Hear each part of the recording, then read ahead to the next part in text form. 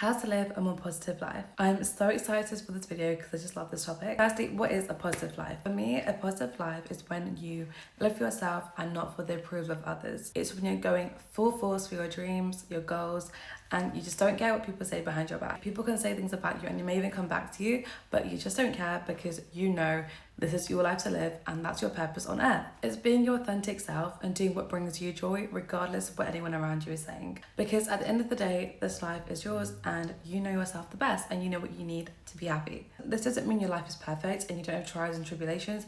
In fact, it means you definitely have them, but your mindset is still positive and you accept that that is just a part of life. We're all going to have trials and tribulations and encounter negative people, negative interactions, whether that's in random places like in public or in your workplace or at home. But positive life for me is when you have that mindset where you accept that all of that comes with life, but life is still a gift. And it's like we're on borrowed time and we only have a certain amount of time to enjoy this. And in the journey of enjoying and living our life, we're going to learn so much about ourselves. We're going to be able to give to other people. And no matter how different my life looks to yours and your life looks to other people, life for everyone is still just such a privilege and a gift. And I think that mindset of accepting life for its hardships as well as all of its joys and highs is the mindset to actually start living a positive life. A big thing about living a positive life is really not caring what people think and putting your focus on yourself and instead making the opinion that you have of yourself being the only thing that matters.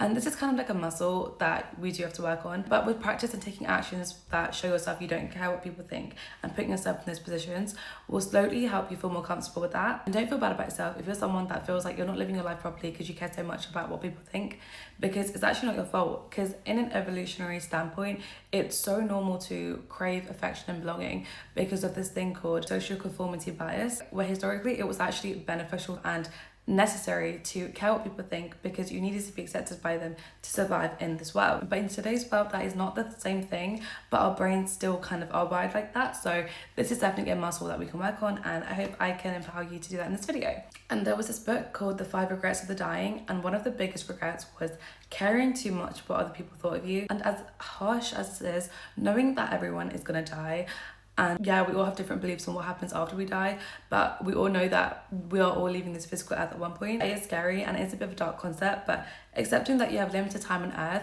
and you don't want to get to the end and regret your whole life, for me, it's quite liberating to know that. And just trying to see life as a gift is going to help you live a more positive life. So one thing is really focusing on what you feed yourself. I remember my therapist gave me such good advice, and she said, in this world, you're gonna see a lot of things that are quite negative and that are of a low vibrational frequency, and you actually have to feed yourself positive thoughts. I think if you just went through life every day just living life in the outside world, I think you'll end up with like a dampened spirit. I just think a lot of people feel like you can't be happy and you have to have this negative, guarded, protective view of life just to get through life. Like I remember hearing growing up, don't be too happy because you're going to be sad. And I've always heard people say, oh, everything's going too good right now, something bad is coming. That mindset is actually very hugely accepted and common. And so a lot of people have adopted that mindset, and actually you have to feed in positive thoughts to be one of those few people that break away from that and actually have a positive, abundant mindset. You can feed yourself through positive videos, reading good books. In fact, let me quickly give you guys a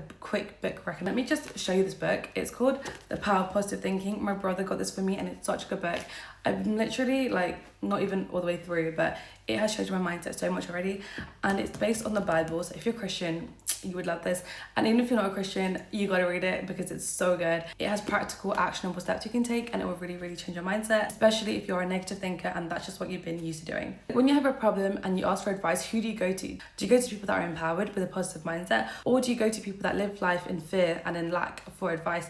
Because you have to understand that people you ask advice for basically are feeding you their thoughts, and anyone you speak to, you're adopting a bit of their mindset too. You want friends that speak life into you. You want friends that when you have a problem, they have a solution and they're solution oriented. There's that theory that you're like the sum of the 5 people you hang out with. I always say this, but one of those 5 people has got to be the book you're reading in that moment in time, because reading a good book will really help you from having a negative mindset and just having a new outlook on life. You don't have to meet all these amazing authors. You can just read their books and feel like, yeah, I'm associating most of my time with them. Say you're reading that book for an hour a day. That is already a big part of your association and whose mindset you're picking up. So definitely think about that. Of course, the music you listen to is so important. Recently, I've been trying to listen to a lot of faith music and music about praising God God, because it genuinely brings me peace. And trying to listen to empowering music, like I definitely don't do this all the time, because sometimes the songs are so catchy even if the words are absolutely trash.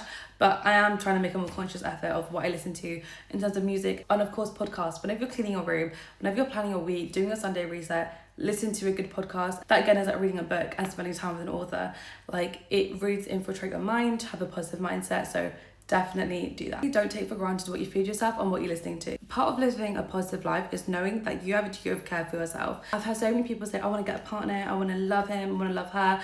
But are you loving yourself? How hard it is, do you actually take care of yourself? Do you act like you are someone you love? Okay, I understand the concept of wanting to give. I'm such a big giver, I will always give. But you need to understand you can't give unless you have something to give. So you need to really fill up your cup. For me, that's journaling. I love to journal. I always just sit there with my thoughts, praying, speaking to God, just being in your spirit. Really care about your morning routine and prioritize your habits early on in the day, because often you don't know what kind of day you're going to have. Sometimes you may have a bad day where you feel drained and you feel depleted by the end of the day. Maybe after work it just wasn't the day you wanted it to be. When you have those days, you always feel bad knowing you spent an extra hour in the morning taking care of yourself and putting yourself first. If you don't pull your cup up, you're already here, and then the day brings you here, like, you're going to feel depleted, drained and stressed out, and that is not good for your health or your mental well-being.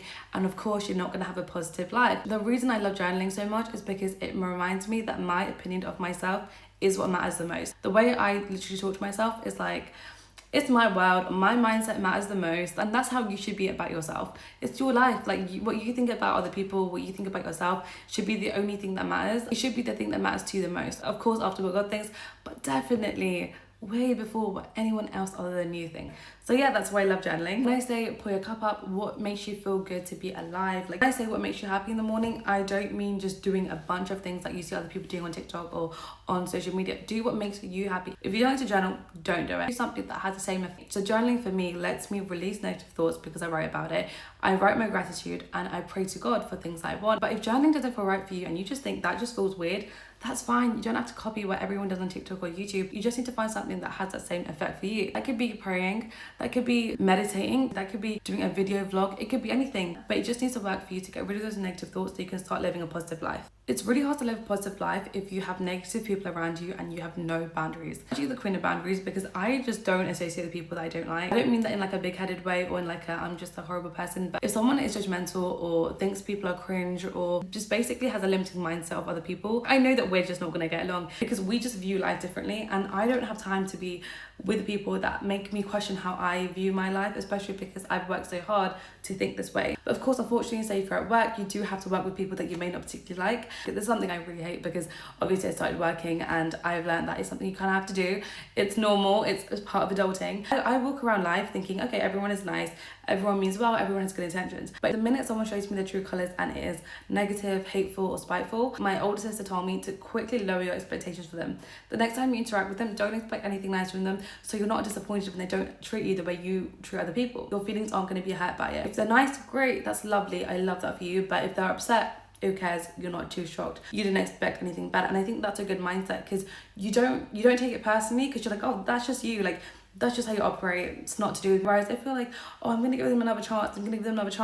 You're going to take it personally because you're the one that gave them the other chance. It's your choice. So you're going to face the consequences of a decision you made. Whereas if someone treats you badly and you just take that as, okay, that's just them, I'll leave it, you're not playing a role in what to expect. This brings me to my other point on gratitude. If you're around people that you don't particularly like, of course, try your best to limit interactions with them. But at the same time, maximize your interactions with the people you do love. That's what I do. So my phone lock screen is my family members, my best friends, and some quotes of the Bible. So even if I'm having a bad day, one click on my phone and I remember all the people that love me, and I feel so much gratitude and peace knowing that. So you need to find the people that you do love. And if you have no friends, and that's just how it is, it's okay. What you're going to do is put quotes at your lock screen. You're also going to put an effort to make friends, and you're also going to put effort to be the kind of friend that you want to have, because the universe will basically reflect that back to you. God hears your prayers and God will bring that to you as well. So yes, definitely be grateful for the people you have because that will help you have that positive mindset. The next thing about having a positive life is actually enjoy your life. Like, do things that are really fun and make you happy. When you become an adult, it's easy to lose that childlike curiosity and just having like literal fun. So one thing I love to do is always try out new hobbies. Before you say you're not creative, I I do believe every single human being is creative and we flourish in creative environments. So find what that is for you. When I was uni, I didn't really like uni, so I used to dance and I used to love dancing in heels and made so many friends that were girls, and it was so good for my confidence. But now I think the music is quite secular for me, so I kind of took a step away from it, and instead I'm doing tennis. And it's not even about being good at it, it's just about having fun and being curious and just learning about yourself, like learning the way you talk to yourself when you're not doing things well. Like you'll make friends doing these hobbies, you just become a more interesting person, and your life will have a lot more aspects about it that makes you happy. So even if one aspect of life is kind of dropping, the others will keep you happy and keep you positive, because you'll be like, oh, but I have all of this going on for me. And I think that's so important in having a positive life. So that is having hobbies and being creative. I can truly say I love my life. It's not that my life's perfect, it's not that I don't have bad days, it's not that life doesn't test me too, because trust me, life tests me, and these boys, they definitely do be testing me, but I just still love my life. I just think it's a mindset thing where I'm just like, oh, like at least I still get to live, and at least I still get an opportunity to try again today, tomorrow. And I love this idea that you're always one thought away from a better mindset, you're always one prayer away from a better life, you're always just one mistake away from a success. And I just love thinking of life like that and thinking of all the abundant opportunities we have. Again, you may have some bad things, but again, you don't know what good things are coming too. And for me, that's a mindset that keeps me going, because at the end of the day, we have to do this thing called life. We've just got to do it. Time's gonna pass anyway, so why not enjoy it? Why not make it so positive and fun? Like literally, why not? We are here anyway. Thank you so much for watching. I really hope this helps you. Please like this video and subscribe if you like watching me, and comment anything that you think would help other people who are trying to be positive.